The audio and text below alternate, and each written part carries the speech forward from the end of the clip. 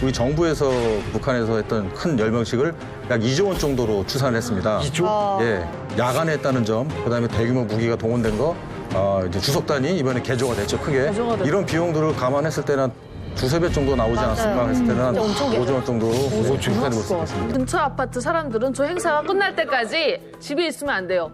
다 다른 지역에 가 있어요. 아, 집이 거긴데도 네네네. 김정은 신변안전 때문에 그 주변의 아파트는 다 텅텅 비어 있어야 돼요.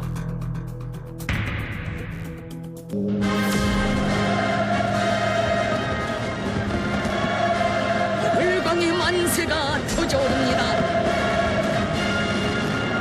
환희의 축포가 터져오릅니다. 얼마나 기다리고 기다려온 순간입니까? 사회주의 조선의 운명을 또 맡아 안으시고 오진 광풍을 길들이시며 저국과 인민을 영광의 단상에 받들어 올리신 우리 당과 국가의 위대한 대표자이시고 우리 영령의 탁월한 용도자이신 김정은 동지께서 열병식 광장 주석단에 나오십니다. 김정은 동지를 맞이한 광장에 거품 같은 만세의 환호성 울려 퍼지고 경의의 축포가 터져올라 10월의 밤하늘가를 아름답게 물들입니다.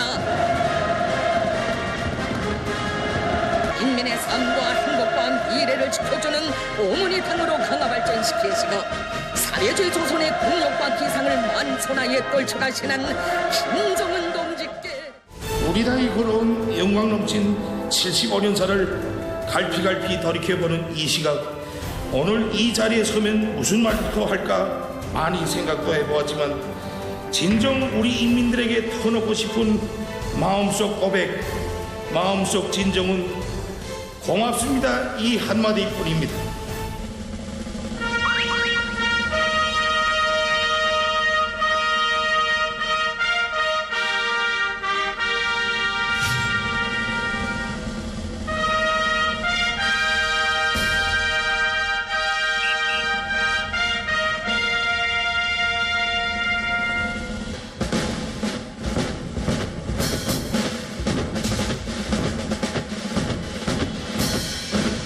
지금 우리 공화국 무력의 최종의 대호들이 경축광장에 들어서는 입장식이 시작되었습니다.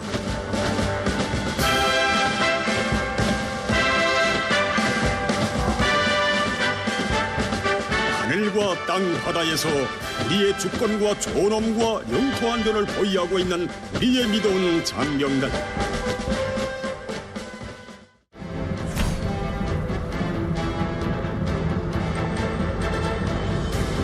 광장에 들어서는 전술 로켓 정대들.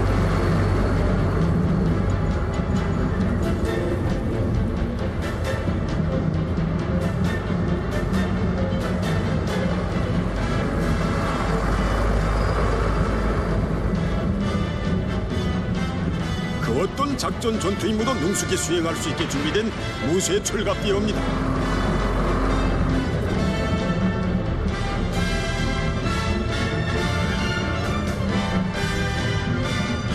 그 어떤 적의 장갑 기제도 빠짐없이 사냥해낼 자신감이 넘쳐있는 전투원들이 나아갑니다.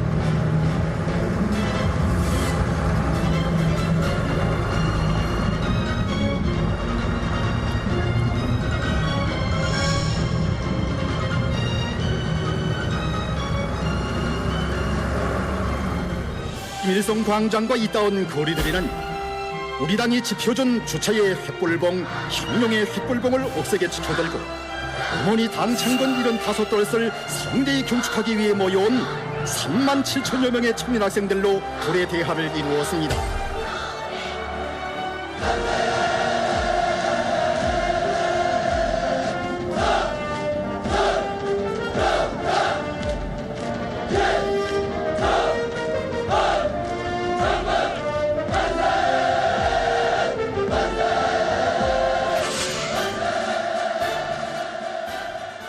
지난달 전 세계 언론이 아주 시끌했습니다.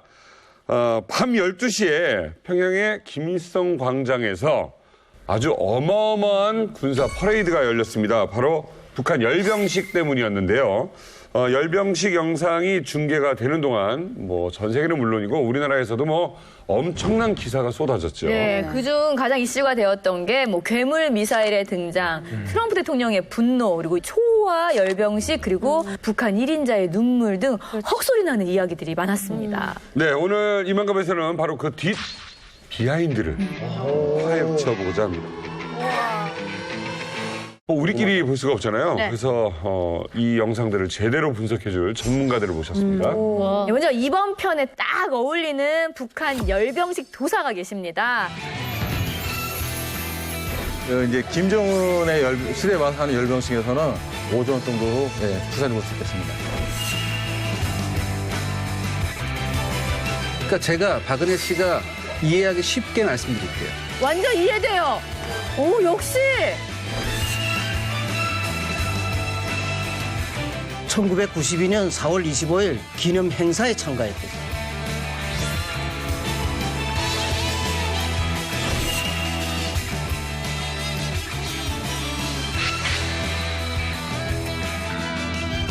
아니 근데 영상을 봐도 저는 정확히 잘 모르겠는데 이게 북한에서는 열병식을 또 엄청난 규모로 하잖아요. 왜 하는 거예요 이거를?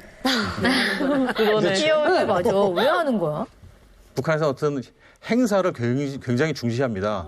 그리고 열병식이라는 것 자체가 시각적으로 봤을 때 전체 국가가 일목요연하게 통제되고 있다는 부분이 시각적으로 보여줄 수 있는 부분이 바로 열병식이거든요. 그래서 단시간 내에 우리가 좀 멀쩡하다, 괜찮다, 강하다는 걸 보여주는 효과가 열병식이 좀 좋은 그 수단이다 이렇게 보시면 되겠습니다.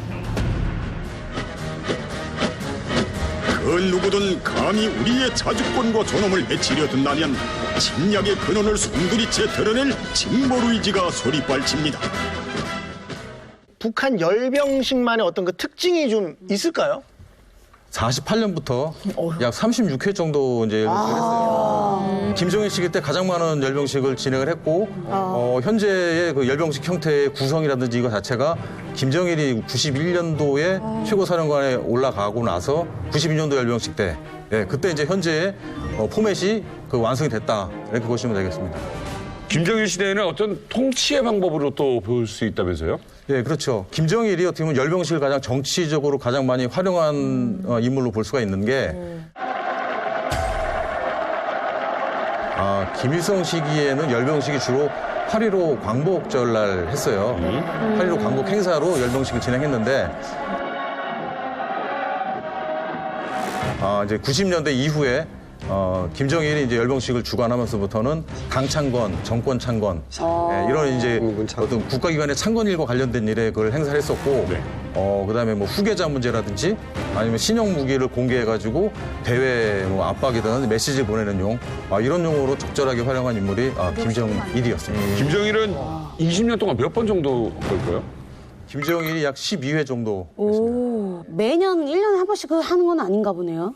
정주년이라고 해서 이제 꺾어지는 해 10년 단위, 5년 단위 이런 기능입니다. 5년 단위. 김정은은 어떤 형이라고 보면 되겠습니까? 이 열병식이.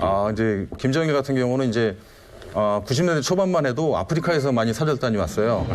예, 그래서 이제 신형 무기가 공개되면은 아프리카 국가에서 무기를 달라 이런 그 요청들이 많았기 때문에, 그리고 이제 서방 국가한테도 약간 기만하는 목적도 있어서 최신형 무기에 대한 거는 공개를 안 했습니다. 김정일은.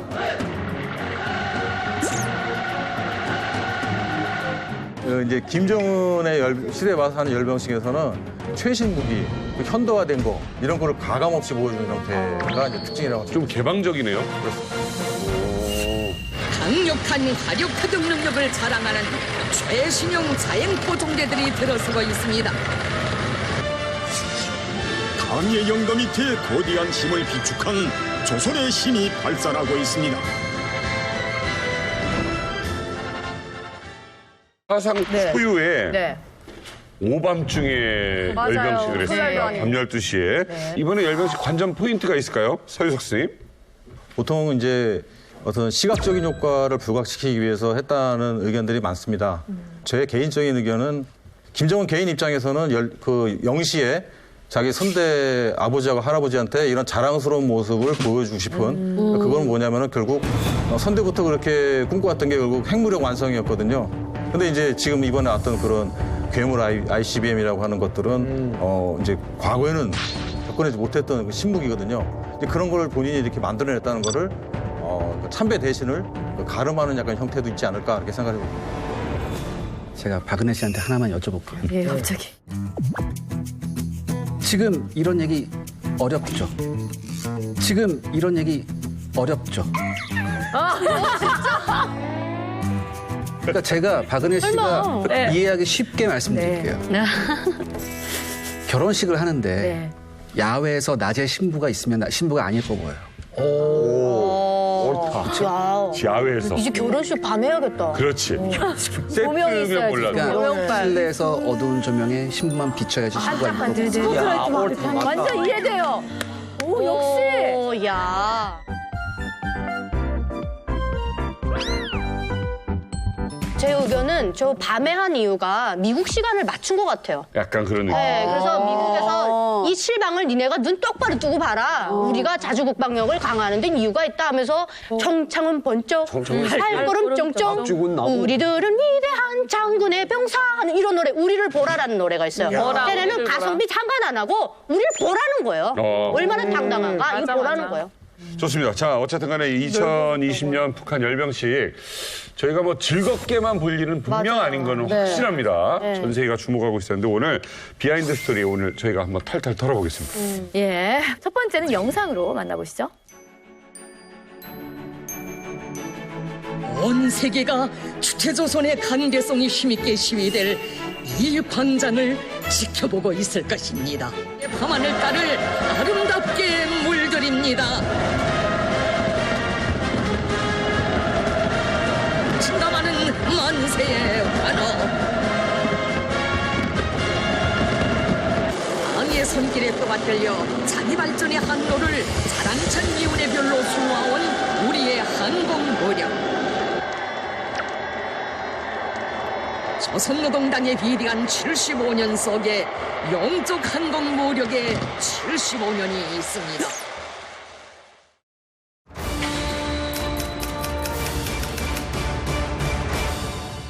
자, 김정은 위원장이 정말 엄청나게 쏴댔네요. 이거 밤하늘에. 진짜 저 의미가 있는 거야. 보통 이제 이번 열병식 같은 경우는 이제 2012년에 우리 정부에서 북한에서 했던 큰 열병식을 약 2조 원 정도로 추산을 했습니다. 2조? 예, 그 당시에 2조 원이었기 때문에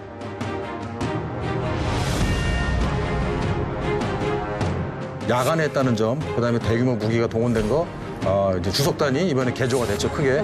이런 비용들을 감안했을 때는 두세 배 정도 나오지 않았을까 했을 때는 한 5조 원 정도로 추산해 볼 수 있습니다. 이 모델 어떻게 만들어?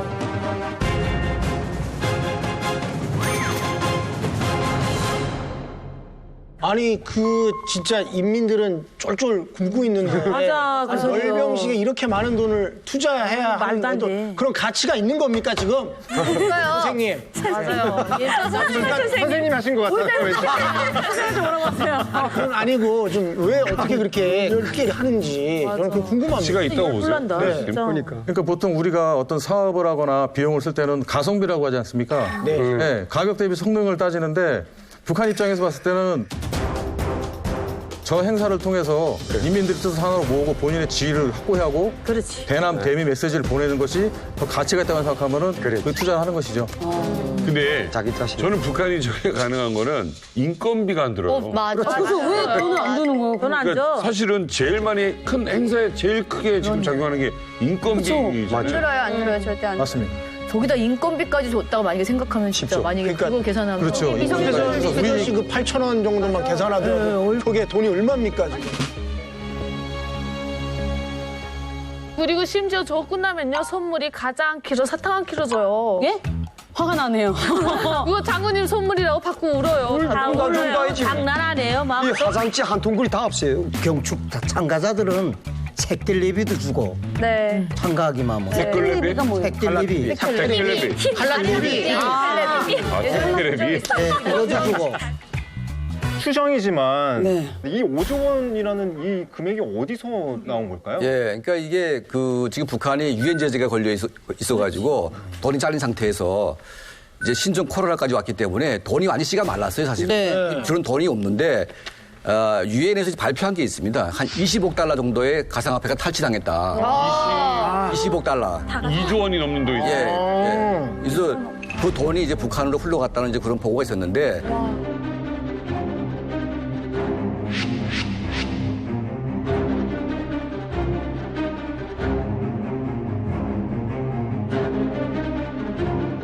이런 짓을 해가지고 엄청나게 그걸 해먹었습니다. 그러니까 유엔에서 발표할 때에는 미국이나 유럽은 가만히 있었어요. 근데 중국은 엄청 화가 났어요, 그때.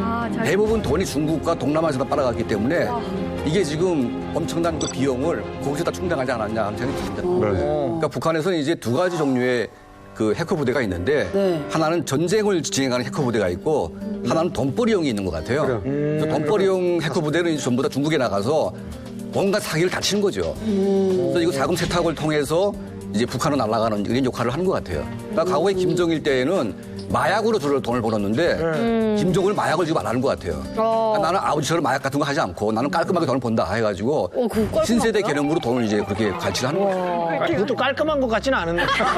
그러니까 눈에 보이지가 않는데 생기니까. 근데 저거 아까 그 횃불 행사가 나왔잖아요. 막 엄청난 거. 저건 몰라. 처음 봤어. 당의 용도를 앞장에서 받들어갈 주체 혁명 역수행의 맹장부대 비용이 영원히 꺼질 줄 모르는 저 횃불로 활활 타오르고 있습니다.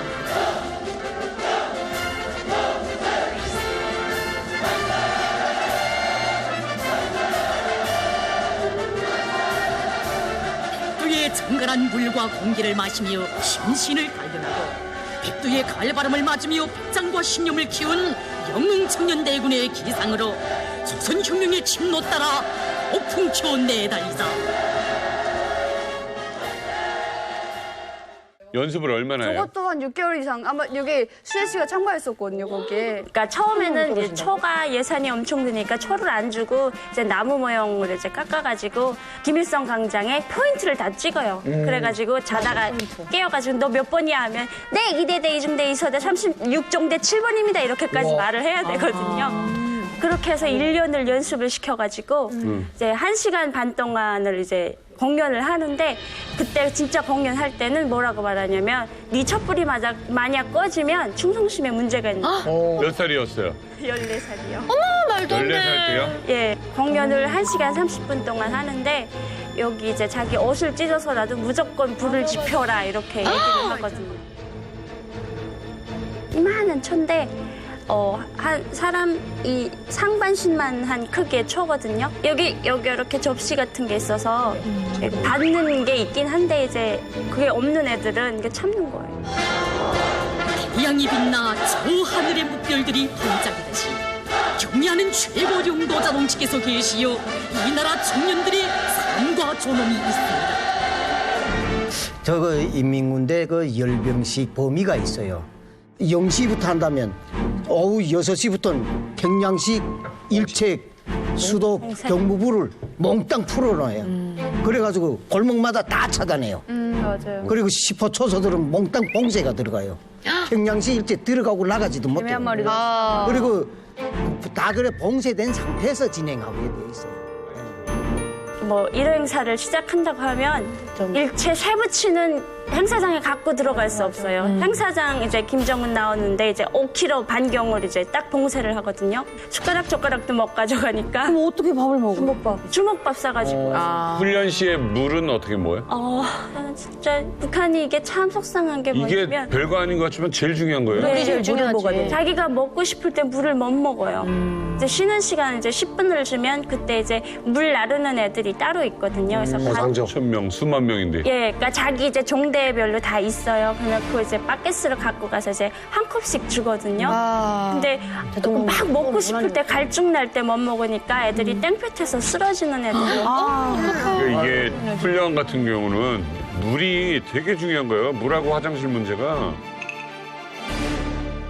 그리고요, 얘네들 그 열병식에서 가서 먹는 그 후방물자는요, 공급을 어떻게 하는지 모르겠지만, 우리가 군인 가족으로 살면서도 보니까 그 군부대 가족에서 쌀, 돼지, 뭐 간장, 된장까지 싹 다 걷어가요. 그래서 열병식장에 가져간다고 하고, 또 충성심에 불타있는 가족 엄마들은 텔레비다 팔아가지고 강내 쌀 다 해가지고 싹 다 그 열병식장에 올려보내는 거예요. 이것을 충성심을 척도로 계산해주기 때문에 집 재산 이불뚝까지 다 뜯어다 팔아버려요. 장난 아니요. 세뇌돼가지고. 열병식을 하루 그 당일날에 하고 그다음에 이렇게 열병식에 이어서 이런 횃불 행사 그것도 경축 행사의 다 일환인 거예요. 그것도 하고 아리랑 공연도 하고 명절을 보통 한 3, 4일 종주년 때는 4일 정도까지 쉴 때도 있는데 그 전기간 이 그 분위기를 유지해야 되는 거예요. 아, 맞아. 제가 이번 열병식 보면서 가장 놀랐던 중에 하나이기도 합니다. 바로 김정은 위원장이 그 연설을 하는 중에 흘린 눈물인데요. 아니 그런데 이 눈물에도 법칙이 존재하고 있다고 합니다. 영상을 먼저 보시죠. 법칙? 천만 권녀는 최대의 영광을 선가드리고 있습니다. 자연재해 복구 전선에서 우리 인민군 장병들이 발휘한 애국적이고 영웅적인 헌신은 누구든 감사의 눈물 없이는 대할 수 없는 것들입니다.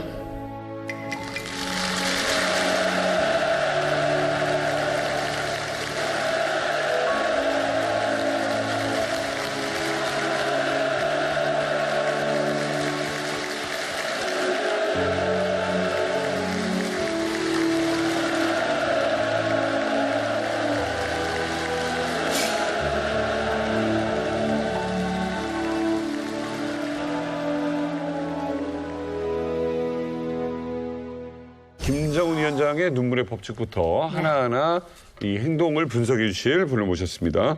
김정은 동생 아닙니다. 행동 분석가 김여정 씨 모셨습니다. 안녕하세요. 선생님 깜짝 놀랐어요. 성함이. 김여정. 성함이 또 이제 김여정 씨다 보니까, 예, 깜짝 놀랐어요. 또 행동 분석도 전문가시다 보니까 선생님 저는 지금 제 자세가 이만감이 편한가요? 조금 어려운가요? 지금 제 자세가 어떤가요? 약간 불량 욕심이 불량 욕심이 그러니까 약간 전투적으로 앞으로 나와 있잖아요.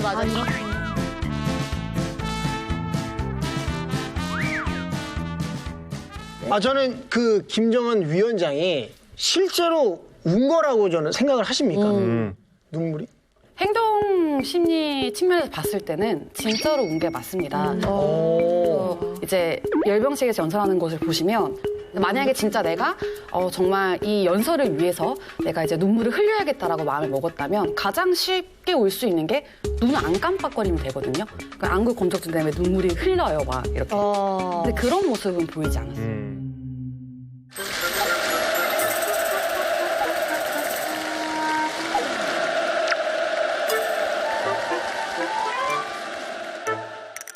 김정은이 연설 읽는 내내 약간 그 울컥한 분위기를 계속 연출했어요.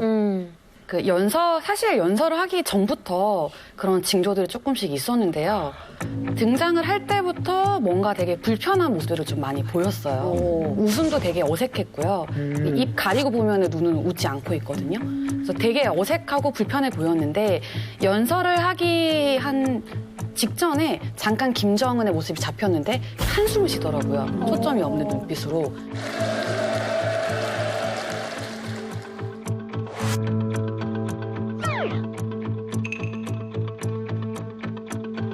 저희가 왜 약간 울컥할 때 이렇게 우는 그런 한숨이 포착이 돼서 뭐지 이상하다라고 생각을 했는데 약 한 39회 정도 그런 표정이 보였어요. 39회. 역시. 50분 동안. 근데 보통 이제 눈썹이 V자로 올라가고요. 입꼬리가 아래로 이렇게 내려가거나 눈꺼풀도 밑으로 내려오고 뭐 초점이 없는 눈을 많이 보이는데 김정은 위원장이 보통 슬플 때 보이는 이제 표정들이 눈썹을 완전 V자로 올리진 않지만 그러니까 미간에 살짝 주름이 가고요. 그리고 약간 이런 식으로 이렇게 입꼬리를 밑으로 내리고. 이거죠. 네, 네 맞아요. 호두턱처럼. 네. 김정은이 조금 내가 더 불안하거나 뭔가 기분이 안 좋을 때 더 많이 흔들거든요. 근데 초창기 열병식 모습들을 보시면 되게 많이 흔들다가 나중에 점점 나아지는 모습들을 볼 수 있는데 이번 열병식은 초창기 때랑 거의 비슷하게 몸을 거의 뭐 이렇게 돌리더라고요. 경사스러운 10월 명절을 맞이한 온 나라 전체의 인민들과 인민군 장병들. 근데 이게 울컥할 때 더 많이 흔들어요. 의식 속에 나오는 감정의 표현이네요. 네, 감정의 표현이라고 봅니다. 네. 그러면 이 김정은 위원장이 이번 열병식에서 처음 눈물을 보인 건가요? 최고 지도자가 눈물을 보인다는 거는 이제 그 권위가 사라지는 것이기 때문에 반대 세력이 반격이 올 수가 있거든요. 그러니까 굉장히 위험한 건데 그 2011년도에 이제 김정일이 죽었을 때 아예 대놓고 이제 우는 장면이 나오고. 맞아. 위대한 영도자 김정일 동지의 용구 옆에는 국가장의위원회 성원들이 호상을 서고 있었으며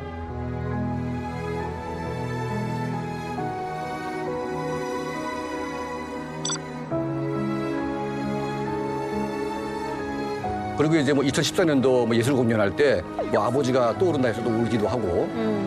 어서 일어나오 양건동. 함께 손잡고 해야 할 많은 일들을 앞에 두고 간다는 말도 없이 이렇게 야속하게 떠난단 말이요. 김양곤 통전부장이셨는데 이 김양곤 씨가 되게 친했어요, 이 김정은과. 교통사고 나서 죽은. 예, 유일하게 소통했던 사람인데 그 사람이 죽은 다음에 아주 대놓고 또 울었어요. 우리 장군님께서 오늘의 이 영광의 자리에 함께 계시며 저렇듯 장한 우주 정복자들의 대견한 모습을 보시었으면 얼마나 기뻐하셨겠습니까? 북한 내부의 주민들의 민심이 점점 악화되고 있다는 그런 흐름인 것 같아요. 네, 그러니까 간부들을 내세워서 사과를 했지만 이제 안 먹히니까 이제 김정은 본인이 나서 직접 이제 사과를 하는 거죠. 사실 눈물도 눈물인데 왜 연설을 보면 김정은 위원장이 계속 감사하다, 고맙다 이런 말을 굉장히 많이 했거든요. 네. 뭐 심지어 미안하다까지도 얘기한 적이 있어요. 전체 우리 인민에게 뜨거운 감사와 축하의 인사를 삼가드립니다. 우리 장병들의 고생이 너무도 컸습니다. 전투적 인사와 감사를 보냅니다. 고맙습니다. 이 한마디뿐입니다.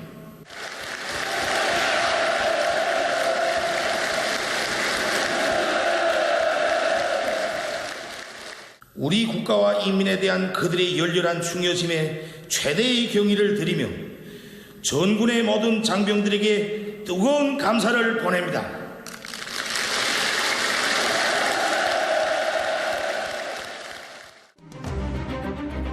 김정은이 원래는 2018년 7차 당대 했을 때 인민생활 개선을 약속했던 부분에서 지키지 못했습니다. 그러나서 이제 경제개발 5개년 계획이라는 걸 다시 연장을 시켰는데 실질적으로 경제에 대한 부분은 개선된 부분이 없고 그러니까 인민들한테 이제 미안한 마음, 그 참아준 고마운 마음 이런 거를 이제 우회적으로 이렇게 직접적으로 표현을 한 거라고 이렇게 보여집니다. 저는 또 되게 재미있었던 부분 중에 하나가 연설 중에 딱 한 번 분노를 보인 적이 있어요. 분노를 보인 적이 있어요. 맞아. 뭐 했어? 김정은이 분노를 보였던 표정이 있는데 이제 일반적으로는 그런 표정을 잘 볼 수가 없거든요. 근데 김정은 위원장이 아주 짧게 미세 표정으로 분노를 보였던 장면이 이제 어떤 우리 당은 인민들의 복지를 증진시키고라고 하는 멘트였어요.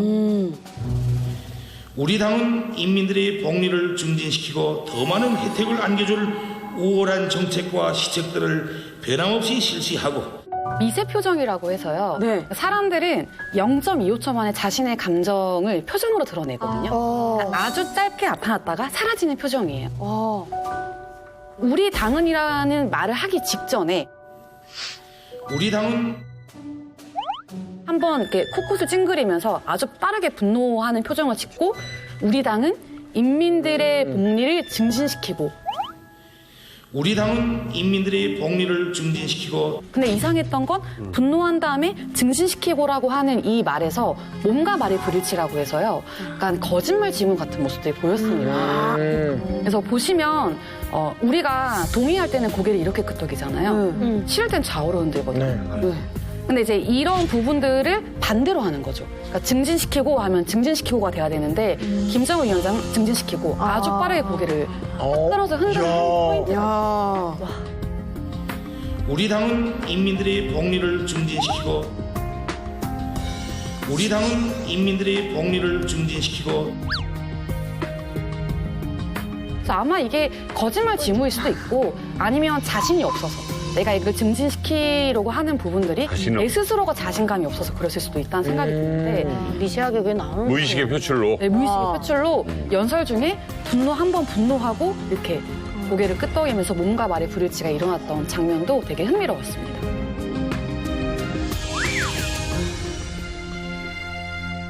명절을 축하합니다.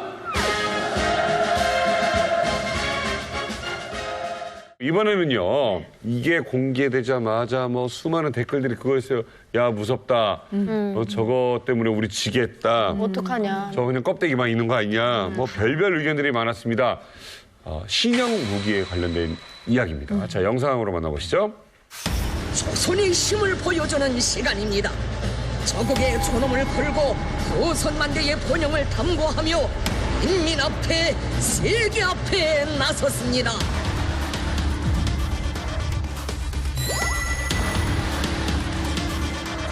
바퀴가 몇 개가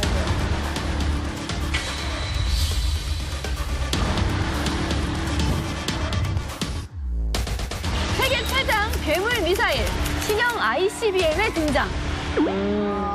솔직히 말씀드리면요, 저는 열병식을 볼 때마다 뭐가 달라졌지? 무기가? 그냥 같은 무기 같고 사실은 네, 그런 댓글도 더 무서워졌다. 늘 똑같은데 뭐가 저게 이게 뭐가 다르지? 솔직히 얘기하면 이제 뭐 이세한 선생님처럼 막 전문가 말고는 네. 저 같은 사람들은 그냥 자동차 내년 신형이라고 했는데 대단히 바뀌었다고 그러는데 마치 우리 와이프가 와서 나 뭐 달라진 거 없어? 죽인다 진짜. 뭐가 달라졌다는 근데 저는 거야? 오늘 이세영 기자님이 오셔갖고 너무너무 좋은 게 이거 내가 진짜 나도 알아들을 수 있을 정도로 설명해 주실 것 같아서 너무 반가운데 너무 반가운데 근데 쉽지만은 않아요. 그 알아듣게 설명하는 게 쉽지만은 않아요. 아무나 못하지만 선생님 하실 수 있으시잖아요.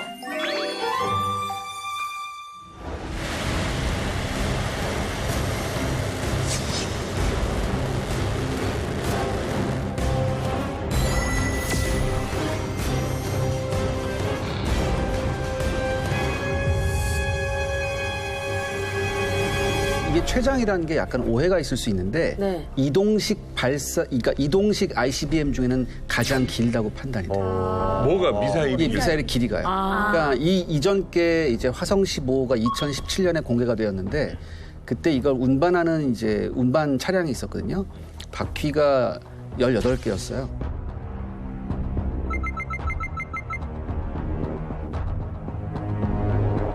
근데 요번엔 22개로 좀 늘어났어요. 그러니까 길이가 한 2, 3m 더 늘어난 것 같아요.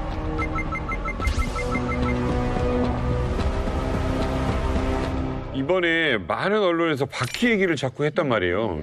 이게 무슨 큰 의미가 있어요? 그러니까 바퀴가 그만큼 늘어났다는 건 미사일의 길이가 그만큼 더 늘어났다는 거예요. 그러면 미사일의 길이가 너무 길어졌다는 거는 연료통이 길어졌다는 얘기예요? 그러니까 그런 것도 있고요. 안에 있는 탑재하는 탄두에 문제가 있을 수 있어요. 어떤 문제냐면은 이게 길이뿐만 아니라 직경까지 굵어졌거든요. 그렇다면 이전에는 이제 단탄두, 그러니까 탄두 하나만 실어서 날려보내는 건데 이제는 탄두 여러 개를 실어보낼 수 있어요. 다탄두가 왜 무섭냐 하면 예를 들어서 탄두 하나만 실은 ICBM을 쏘게 되면 요격을 할 수 있어요. 그렇지. 그렇기 때문에 탄두 하나짜리 로켓을 쏠 때는 ICBM을 쏠 땐 여격을 못하니. 여러 가지 가짜를 섞어서 쏴야 돼요. 그렇게 되면 근데 생각을 해보세요. 가짜를 똑같은 로켓에 실어서 쏘면 비용이 많이 들잖아요. 맞아요. 그러니까 이게 경제적인 방법이 아니에요.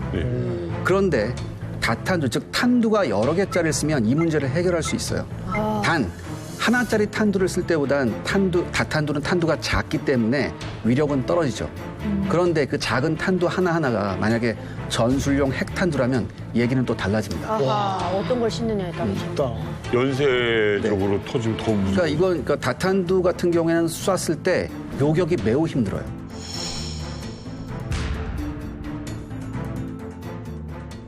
예를 들어볼게요. 박은혜 씨를 위해서. 네. 제가 남희석 씨한테 농구공을 하나 던집니다. 세게. 잘하면 받을 수도 있겠죠. 그렇죠? 그런데 골프공을 한 10개 들어서 던진다고. 못 막죠. 그렇죠. 그렇다면 한두 개는 잡을 수 있지만 나머지는 맞겠죠. 중간에 누가 쳐주지도 못할 거 아니에요? 그거하고 비슷한 거예요.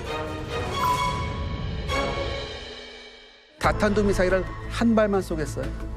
서너 발 같이 쐈다고 생각해 보세요. 그렇죠. 위력이 센가요? 위력이. 그러니까 전술 핵탄두 정도 되면 네. 쉽게 말해서 아주 쉽게 말씀드릴게요. 히로시마 원폭 정도로 생각하시면 돼요.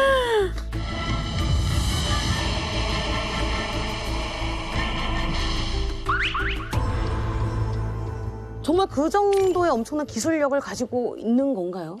우리가 많이 이런 생각을 해요. 북한의 기술력을 의심을 합니다. 네. 의심을 하는데 북한은 1990년대 때부터 ICBM에 대한 투자를 지속적으로 해온 나라예요. 거의 30년 가까이 했거든요.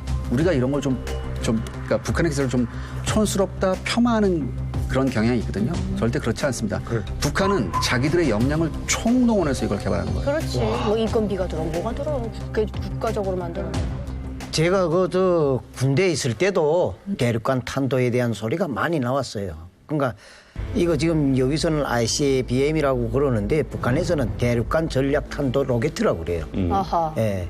근데 이게 이번에 나온 거 여러분들도 그 화면에 보세요. 뒤에 띠 같은 게 패인 부분이 있어요. 있습니다. 그걸 잘 봐야 돼요.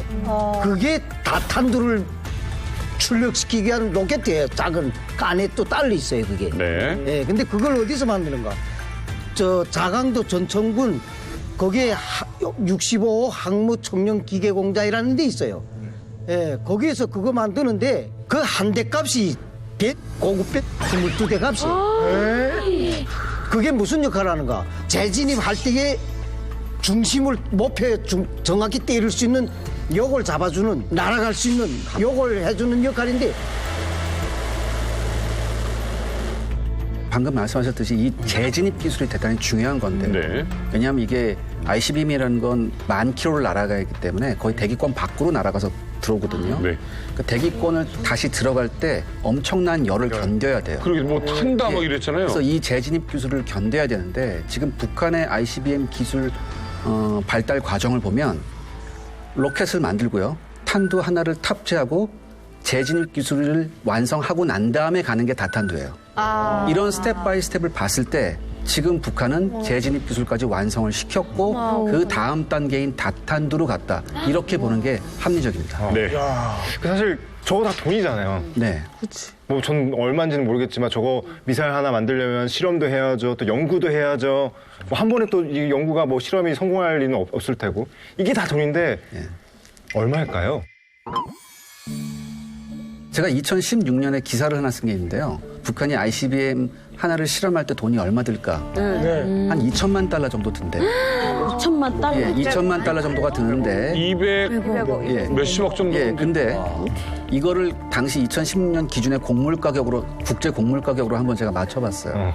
그러니까 그때 당시에 기준으로 하면 국제 시장에서 파는 옥수수를 약 13만 톤 정도 살 수 있어요. 와, 진짜.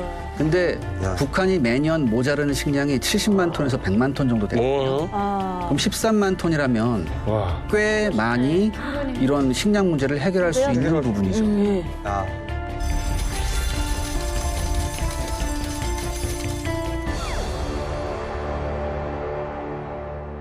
두 번째 주목해야 될 무기 어떤 게 있습니까?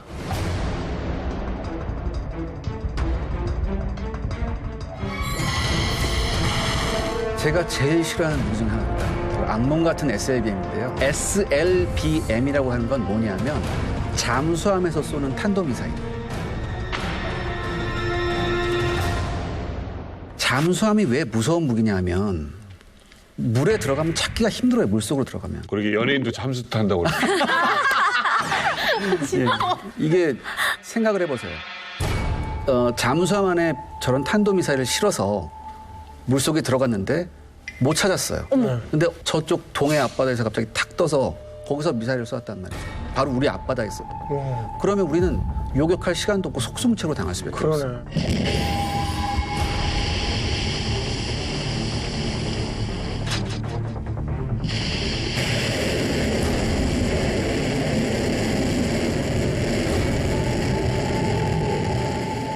근데 이번에 북한에서 나온 그 잠수함, 그러니까 SLBM이 그러니까 작년에도 한번 SLBM 실험을 했거든요.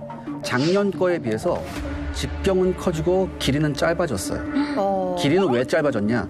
잠수함을 만들면 잠수함 안에다가 미사일을 넣어야 되거든요. 근데 잠수함 그 본체 직경이 크지가 않잖아요. 그러니까 10m 이하로 만들어야 돼요. 그러면 어마어마해져야 되니까.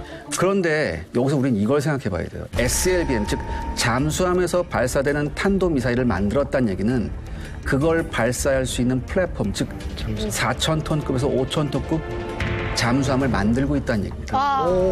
큰 거? 예, 큰 걸 만들고 있다는 얘기예요. 왜냐하면 지금 열병식은 지상에서 하잖아요. 근데 잠수함 지상에다 끌어놓고 보여주겠어요? 그렇죠. 안 되잖아요. 그렇기 때문에 만약에 이번 열병식에서 보여줬던 무기를 가장 먼저 실험 발사한다면 많은 전문가들은 SLBM을 가장 먼저 쏠 것이다. 그런 얘기를 많이 합니다. 그게 하와이 앞이거나 캘리포니아 어딘가까지 갈 수 있다는 그렇죠. 이게 중요한 게 뭐냐면 이 SLBM은 ICBM하고는 달리 좀 사거리가 짧아요. 보통 3,000km 정도 되는데 그렇다면 이 SLBM을 북한은 어디다 쏠까? 이걸 생각해 봐야 되거든요. 그렇지. 한국에는 안 쏴요.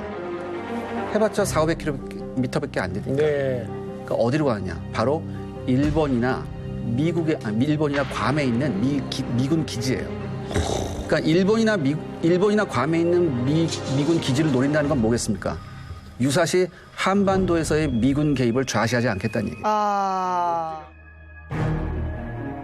또 하나, 만에 하나 정말 악몽같이 여기다 핵탄두가 탑재되어 있는데 운 좋게 북한 잠수함이 태평양으로 빠져나갔다고 생각하면 저쪽에 운 좋게. 예. 하와이에 미군 해군 기지가 있죠. 그러니까 북한 잠수함이 북한 항에서 없어지는 그 순간부터 모든 미국 잠수함이 다 달려들어서 그걸 찾아야 됩니다. 그래서 악몽 같다고. 예, 이건 악몽 같은 거예요. 찾을 방법이 정말. 그러니까 아니, 근데 이세영 기자, 그렇게 찾기 어려워요, 잠수함이? 레이더들이 다 있잖아. 레이더 다 있고. 레이더? 제가 지금 말씀드릴게요. 물속은 공기의 질량의 700배예요. 그렇기 때문에 물속은 전파가 통과하기 힘들죠. 뭘로 잡아야 됩니까? 음파로 잡아야 돼요. 근데 그러니까 바닷속 안에는 수온층이 변화가 되는 데가 있어요. 그때는 또 음파가 꺾여요. 다른 데로 잘못 반사되거나.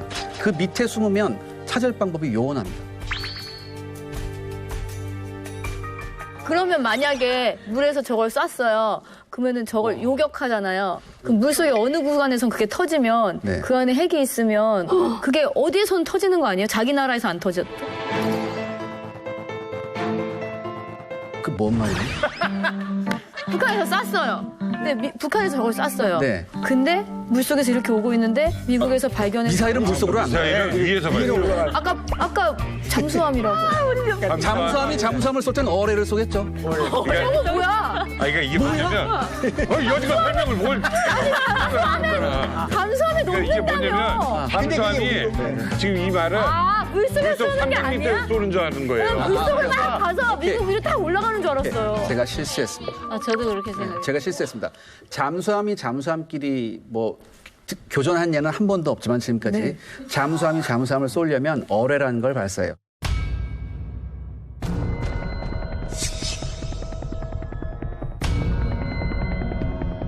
그건 핵미사일이 아니에요. 핵미사일을 어떻게 발사하느냐? 그러니까 핵미사일을 발사하려면 수면 10m까지 떠올라서 거기서 발사해요. 아니 그러니까 이런 얘기인 거예요. 핵이나 그 미사일을 싣고 있는 잠수함을 어뢰로 쏴가지고 이 핵이나 이게 뭐 터지거나 그랬다. 그 미사일 같은 게 다른 바다에서 이렇게 맞아 그거야. 아니냐. 그거죠. 그 얘기예요. 그 얘기. 아니 그게 우리 바다에서 터질 수도 있잖아. 그 얘기예요. 그 얘기. 그러니까 보통 잠수함에서 발사하는 그런 핵탄두 같은 것들은 이제 디토네이터라고 해서 이 뇌관을 활성화시켜야 돼요. 뇌관을 활성화시키지 않으면 절대 폭발을 안 합니다. 그렇기 때문에 뭐 적 잠수함을 격침시켰다고 해서 그 안에 있는 핵무기가 전부 다 폭발한다 그런 건 아니에요. 자, 다음 또 보도록 하겠습니다. 세 번째 뭔가요? 한국의 두통 유발 무기 방사포.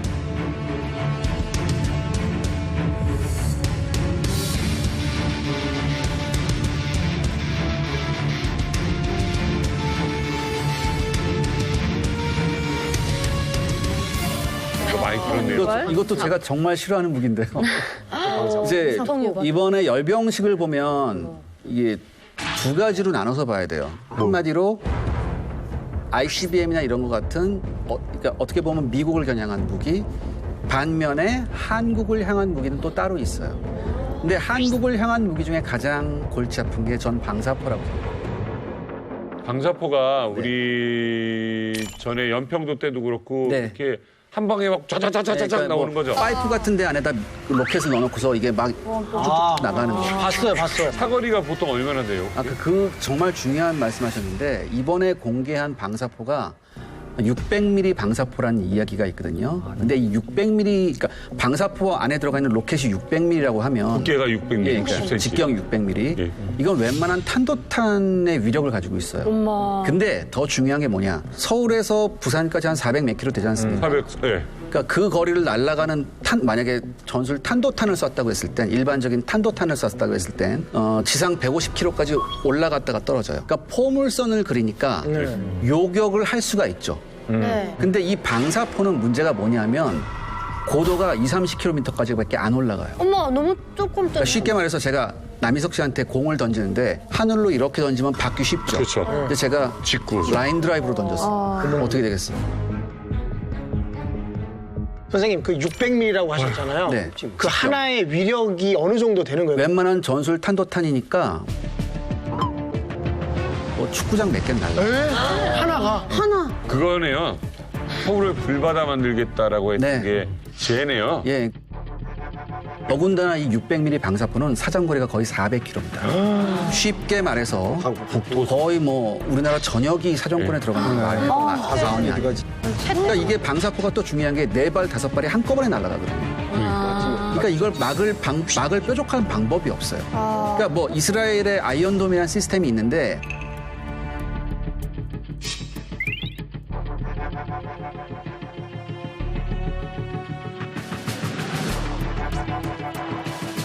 이게 문제가 뭐냐면 엄청 비싸요. 공격 무기의 100배로 비싸요. 방어용 무기. 그럼 이게 경제 수치탓이 전혀 안 맞죠. 안 맞죠. 많아요, 방사포가? 북한이? 그러니까 북한은 세계 최대의 방사포 제조 배치 국가입니다. 제조도 하고. 제 사견을 말씀드리자면 이걸 막는 방법은 예방 공격밖에 없습니다. 선제 타격밖에 없다. 그렇습니다. 자, 북한의 열병식 무기들 얘기하고 있습니다. 뭐 최신형 막 이런 게 나오지만 이거 어딘가 이거 난 읽는데 아닌가? 라는 그런 무기들도 있습니다. 높은 기동력과 강한 타격력을 자랑하는 기동 포병들의 대우가 광장 주속단을 우러 순모한 대회를 드리고 있습니다. 인민군대 전투력의 상징이고 모세 주목인 저력 땅크들을 몰아 조선의 땅크병들이 전진합니다. 탱크가 아니라. 저도 아들이 있잖아요. 탱크를 엄청 좋아하는데 제가 봤을 때 다 똑같은 탱크인데 뭐가 그렇게 탱크가 뭐가 다른지는 전 모르겠어요. 근데 그러니까 어떤 차를 가져와도 차라고 그러더라고요. 아니 특히 탱크는 정말 다 똑같이 생겼잖아요. 이렇게 생기고 밑에 이렇게 바퀴 이렇게 있고 잘 달려 있고. 그러면 저게 우리가 알기로는 러시아 거 뭐 옛날 거 탱크 가지고 있고 막 북한은 그런다고 그랬는데 스스로 만든 거라고요? 남을 자꾸 헛두르라고 말한 거예요. 헛두루마뚜루? 그러니까 남을 깔보고 니건 자꾸 나쁘다. 먹지도 못하는 나라 아이들이 무슨 게 그런 게 있겠나. 이런 식으로 해서 우리 머리를 그렇게 흐리터분하게 만들어 놓은 거예요. 그러나 저건 똑바로 알아야 돼요. 저 땅크가 다 똑같은 거 같죠. 근데 자네는 저 땅크를 유럽하고 미국이나 저 러시아나 중국이나 제일 좋은 것들을 6대를 싸다가 21호 공장, 22호 공장, 26호 공장 이렇게 분리를 나눠져가지고 너네는 이거 생산해 임마 이렇게 다 나눠졌어요. 그렇게 해가지고 저거 다 만든 다음에 조립해가지고 완성 단계에서 수동해서 그 조립하는데 장점들만 뽑아서. 예, 그 다음에는 토시나 앞에 또 여러 무슨 조준경 같은 뭐 하나 세프티 하나 달려 있어요. 그게 북한 땅크가 뭐 성군호가 원래 있었잖아요. 폭풍호도 있고. 네. 그다음에 천마호도 있을 건데 북한 땅크가 다 무슨 감에서 못 쏜다고 여기 사람들은 그러더라고요. 네. 그때부터 다 가면서 쐈어요. 제가 정말 말씀 잘 들었는데요. 저 이런 말씀 드리고 싶어요. 그러니까 이 신형 전차가 나오기 전까지 북한군 전차 선군호하고 폭풍호를 보면 포탑 있죠. 포탑에 여러 가지가 달려 있었어요. 뭐 대공 미사일도 달려 있었고, 뭐 유탄 기관총도 달려 있었고, 막 쉽게 말해서 종합 선물 세트. 아, 그 꼭대기? 예, 종합 선물 세트로 달려 있었어요. 그래서 와 이랬거든요. 근데 그게 좋았으면 다른 나라도 했겠죠. 근데 안 했단 말이에요. 이유가 뭐냐? 전차는 전차의 본연의 임무에 충실해야 돼요. 근데 전차를 가지고 헬기로 잡겠다 뭐다 안 돼요. 쓸데없는 거죠. 근데 이번 북한군 신형 전차를 보니까 서방제 전차 같이 해서 나왔어요. 연령상 장치, 그다음에 그러니까 포구 안전 장치 이렇게 나왔어요. 그다음에 기존에 달려있던 뭐 대공 미사일 다 철거했단 말이에요. 전 여기에 주목하고 싶어요. 왜요? 다시 말해서 북한이 이제 드디어 상식적인 방향으로 발전해 가고 있구나. 무기를 발전시키고 개발할 때 대단히 서방 표준의 상식적인 방향으로 가고 있구나. 이제까지 뭐 이것도 달고 저것도 달고 해서 뭐 겉만 화려한 게 아니라 대단히 상식적인 지금 방향으로 나가고 있다. 여기에 주목을 해봐야 될 것 같아요. 지금 뭐 방금 뭐 기자님 말씀하신 대로 이번 열병식에서 어떤 그런 최첨단 무기들이 많이 등장을 했는데 그러게 이제 두 가지로 볼 수 있을 것 같습니다. 하나는 이제 미국하고의 관계 때문에 실제 미사일을 발사할 수 없는 그런 조건 하에서 자체적으로 재래식 무기를 현대화했다는 게 저는 굉장히 눈에 많이 들어왔어요. 아까 전차도 그 중에 하나고 방사포, 그다음에 뭐 처음에 나왔던 인도하던 차량이 고기동 차량이 있지 않습니까? 네. 그것도 지금 우리나라에서 이제 지금 막 도입하기 시작하는 수준인데 북한에서 벌써 고기동 차량을 지금 이제 들여왔어요. 그 작전 지휘관들이 타는 차량으로. 그거는 굉장히 이제 어떻게 보면 북한군 전반이 일선 사단부터 특수부대까지 엄청난 이 장비 개량과 이게 이루어질 수 있는 그 메시지가 지금 전달이 된 겁니다. 아니 근데 제가 열병식을 보면서 예전에 그 기사를 봤던 게 생각이 나는 게 무기를 막 계속 가지고 나오는데 저중에 가짜가 있을 것이다. 저게 껍데기만 그래. 있지 뭐 가짜일 것이다. 뭐 이런 기사들이 또 예전에 되게 많았잖아요. 2017년 4월에 열병식이 한 번 있었어요. 네네. 그때도 일부 서방 언론 중에서 뭐라고 얘기했었냐면은 저거 좀 가짜인 것 같다라고 얘기했거든요. 그런 기사들이 있었고. 근데 그 다음 달에 미사일 쐈어요. 이야. 맞다. 그러니까 우리가 이렇게 생각해야 돼요.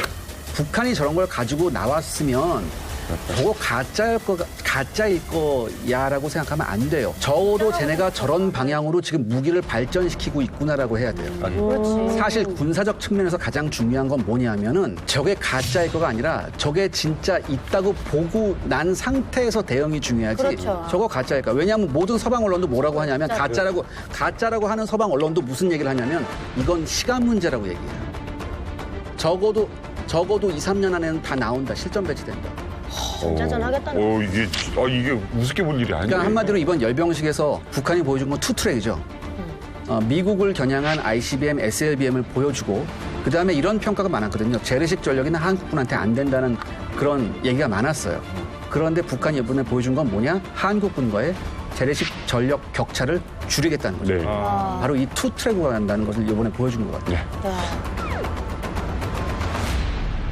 저 궁금한 게 하나 있어서 평양 시민이었던 분 손 들어보세요. 네. 저런 거 할 때 볼 수 있어요? 연도환영이라는 걸 나갑니다. 연도환영 나가서 거기 마지막에 이제 그 열병식 종대에 참가했던 참가자들을 다 이제 차로 다 실어 나르고 그다음 뒤에 무기들이 따라오거든요. 근대 아저씨들 막 빨빨빨 해주고 마지막에 그 무기까지 꼭 보고 이제 다 지불에 들어가요. 가고 싶으면 가서 볼 수 있다는 거죠. 초대를 안 받아도. 초대 못 가요. 못 가고 그 집에서 다 불러내요. 자기 거리에 나 서 있으라고. 아니 우리는 뭐 예를 들면 뭐 행사 같은 거 하면 집 근처에서 뭐 한다 하면 이렇게 보잖아요. 아니요. 그렇게 못하면 그게 못하게 해요. 그리고 그 근처 아파트 사람들은 저 행사가 끝날 때까지 집에 있으면 안 돼요. 다 다른 지역에 가 있어요. 아, 집이 거긴데도 네네네. 아니 그 근처에 아파트에 살면 다 보이잖아요. 보면 보이잖아요. 거기 왜 명당인데 없다는 거예요? 없어? 없어요. 김정은 신변안전 때문에 그 주변의 아파트는 다 텅텅 비어 있어야 돼요.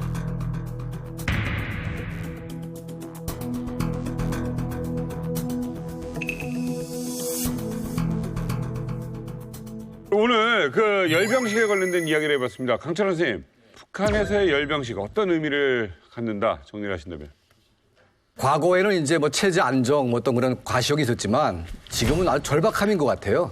그러니까 이제 코로나도 걸리고 온 나라가 지금 도탄에 빠져 있는데 그 막대한 돈을 투자해가지고 그걸 또 하다 보니까 뭐 눈물을 흘리는 사람도 있겠지만 좀 정신이 온전한 사람들은 저게 저 짓을 하면서 인민들 다 굶겨 죽인다고 그렇게 생각을 할 것 같아요. 그치, 그런 사람들도 있어. 그러니까 아마 그 우는 사람만 보여서 그렇지 뒤에서는 아마 엄청나게 많은 사람들이 분노할 것 같아요.